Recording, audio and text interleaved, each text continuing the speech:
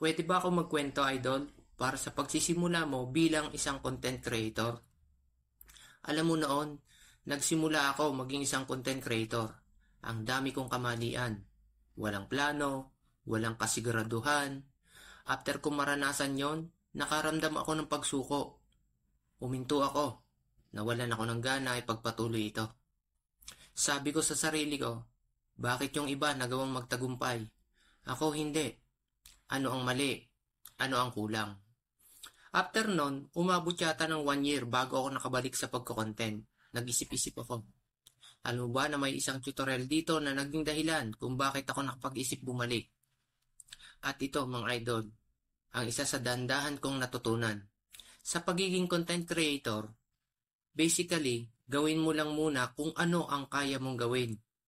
Bibili ka agad ng gamit para mapaganda ang mga video mo? Wag na wag mong gagawin.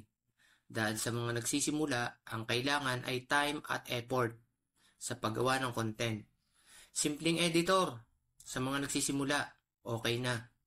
Dito sa paggawa natin ng content, hindi mo matututunan ang step 1 to 10 kung hindi ka dadaan sa step 1. Pag nag-step 2 ka, matututunan mo kung ano naman ang nasa step 3 hanggang sa makumpleto mo hanggang dulo.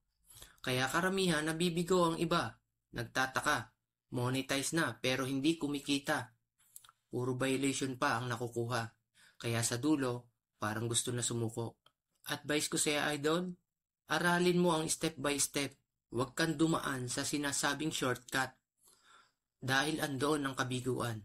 Dahil sa pagiging content creator, matuto ka man, mag-aaral ka pa din. Dahil sa bawat update ng platform, may dagdag kaalaman ulit na kailangan mong pag-aralan. Kaya sundin mo ang tamang proseso. Tandaan mo, huwag mo agad abutin ang dulo kung hindi mo paabot ang nasa simula hanggang gitna. Manood ka ng mga sikat na content creator. Katulad natin sila, nagsimula sa wala. Pero dahil tama ang proseso, makikita mo sila na nasa itaas. Yun lang, idol. Magkita ulit tayo sa next useful tips video ko. Maraming salamat sa panonood.